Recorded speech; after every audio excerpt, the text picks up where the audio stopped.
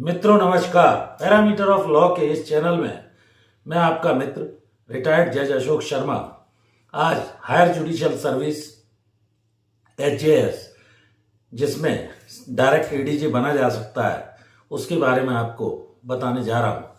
Video महत्वपूर्ण है। कुछ बच्चों द्वारा बार बार पूछा गया कि sir higher judicial service ADJ परीक्षा कैसे होती है, क्या पक्ष वगैरह हैं। तो ये एक हायर जुडिशियल सर्विस का जो एग्ज़ाम है ये हर स्टेट में होता है। करीब करीब कुछ जगह हर साल, कुछ जगह थोड़े से अंतराल के बाद वैकेंसीज आती हैं और ये हायर जुडिशियल सर्विस उच्च न्यायिक सेवा कहलाती है, जिसमें आप अलग अलग स्टेट में अलग अलग क्राइटेरिया रहते हैं। जैसे ही नोटिफिकेशन आता है आप उसको स्टडी कर लें, सिलेबस देख लें, सैलरी पैकेज सब दिया रहता है और अलग अलग स्टेट का क्राइटेरिया अलग अलग रहता है। कुछ कॉमन बातें हैं जो मैं इस वीडियो में बताने जा रहा हूँ।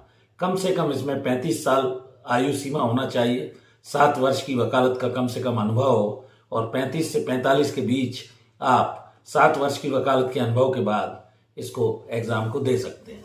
कुछ और बातें हैं जो महत्वपूर्ण मैं बताऊंगा। एडीजे का एग्ज़ाम कौन दे सकता है? जैसा मैंने बताया 35 से 45 साल के बीच की आयु का अधिवक्ता जिसकी 7 वर्ष की वकालत हो वो इस एग्ज़ाम को दे सकता है।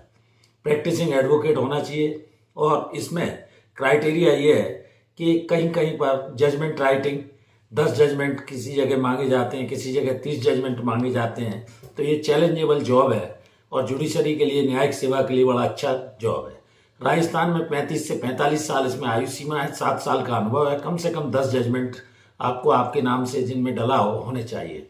इंडिविजुअल या साथ में भी हो सकते हैं ये। जबकि यूपी में कम से कम 30 वकालतनामे का प्रावधान है। पूरा सिलेबस आप देखिए, प्रिपेयर कीजिए, पिछले साल का देख लीजिए। और छत्तीसगढ़ में ये इसमें वही मिनिमम एज 35 से 45 है, 7 साल का वकालत का अनुभव हो। प्री यहाँ नहीं होता है, मेंस के रूप में ही होता है और ये डायरेक्ट एग्जाम होता है। इसमें कोई जजमेंट देने की जरूरत नहीं होती है। मेंस का एक ही जैसा पेपर है, उसमें जजमेंट राइटिंग वो होता है और लॉ भी आता है। 2 पेपर होते हैं इसमें। और दिल्ली में कम से कम 32 साल वाला भी एग्जामिनेशन दे सकता है जिसकी आयु 32 वर्ष की हो। बिहार में बहुत सारे जजमेंट वगैरह मांगते हैं, अलग अलग क्राइटेरिया है।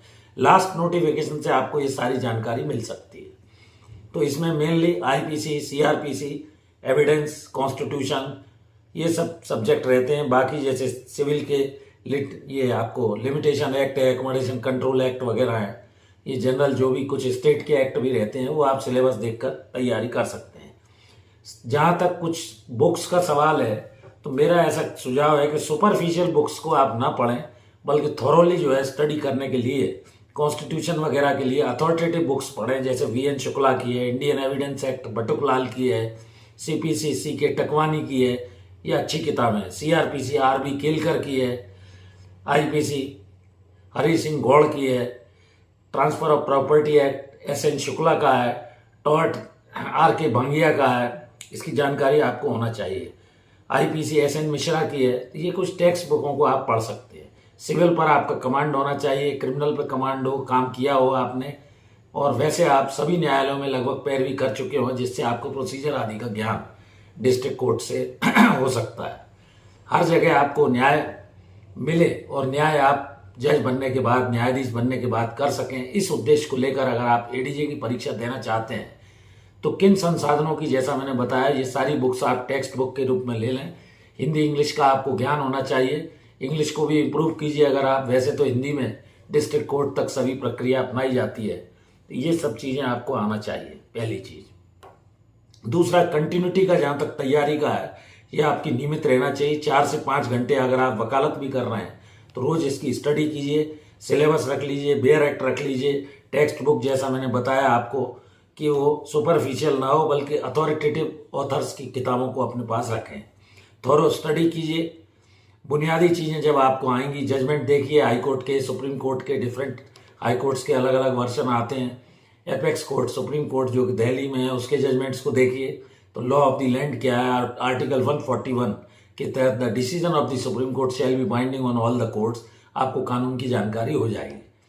तो how to become a direct ADJ, जैसा मैंने बताया, 7 साल की कम से कम वकालत, 35 से 45 साल के बीच आप इसे दे सकते हैं। सभी फील्ड का आपको चैलेंजेबल जॉब है ज्ञान होना चाहिए। और आप जब रिटन निकाल लेंगे तो आपका इंटरव्यू भी होता है, और इस इंटरव्यू में आपकी नॉलेज टेस्ट तो लिखित परीक्षा में हो जाती है। आपका इंटरव्यू का अर्थ है इनर व्यू, आपकी पर्सनैलिटी कैसी है, आप एडीजे के रूप में काम कर सकते हैं कि नहीं, ये सब चेक करने के लिए एक बोर्ड बैठता है जिसमें आपकी पर्सनल क्या किस तरह की आपकी अपीयरेंस है, कैसे आप बैठते हैं, जाकर इंटरव्यू बोर्ड से परमिशन मांगते हैं कि नहीं, कैसे जवाब देते हैं, इन सब बातों को देखने के बाद आपका चयन एक हायर जुडिशियल ऑफिसर के रूप में, एचजेएस के रूप में, डायरेक्ट एडीजे के रूप में हो जाता है। तो ये अच्छे अधिवक्ता तो इसमें कम जाते हैं क्योंकि उनकी उतने पीरियड में प्रैक्टिस जम जाती है, लेकिन वाकई मार्गदर्शन अभीष्ट न्यायिक सेवा में अगर आपको जाना है तो सतत प्रयास इसके लिए जरूरी है। ये एक बड़ी जिम्मेवारी है, गंभीर मामलों की आपको सुनवाई करनी होती है, और एक अच्छे न्यायाधीश के रूप में आप अपना चयन करा के उस कार्य को संपन्न कर सकते हैं। जहाँ तक सैलरी का सवाल है, हायर जुडिशियल सर्विस वगैरह को अब काफ़ी अच्छा वेतनमान, सुविधाएं, पार्क्स वगैरह दिए गए हैं, ये नोटिफिकेशन में सब दिए रहते हैं। तो आप एक अच्छे न्यायाधीश के रूप में हायर जुडिशियल सर्विस की तैयारी करके, सतत तैयारी करके कंटिन्यूअस इस पद को हासिल कर सकते हैं। कुछ बच्चों द्वारा जो पूछा गया था उस आधार पर मैंने वीडियो तैयार किया है। यदि वीडियो अच्छा लगे तो आप इसको लाइक कीजिए, शेयर कीजिए।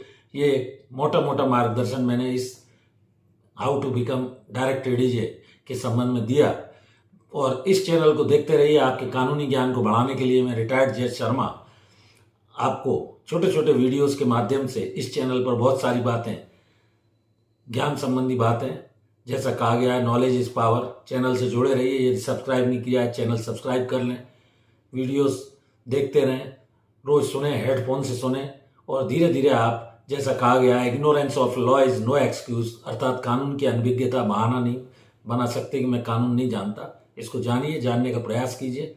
और मैं जो छात्र जुडिशियल एस्पायरेंट हैं, न्यायाधीश के रूप में, एडीजे, सिविल जज की तैयारी कर रहे हैं, उन सबको इस चैनल को देखने के लिए अनुरोध करता हूं। धन्यवाद। इस वीडियो में यहीं तक, नेक्स्ट वीडियो में मिलते हैं। नमस्कार।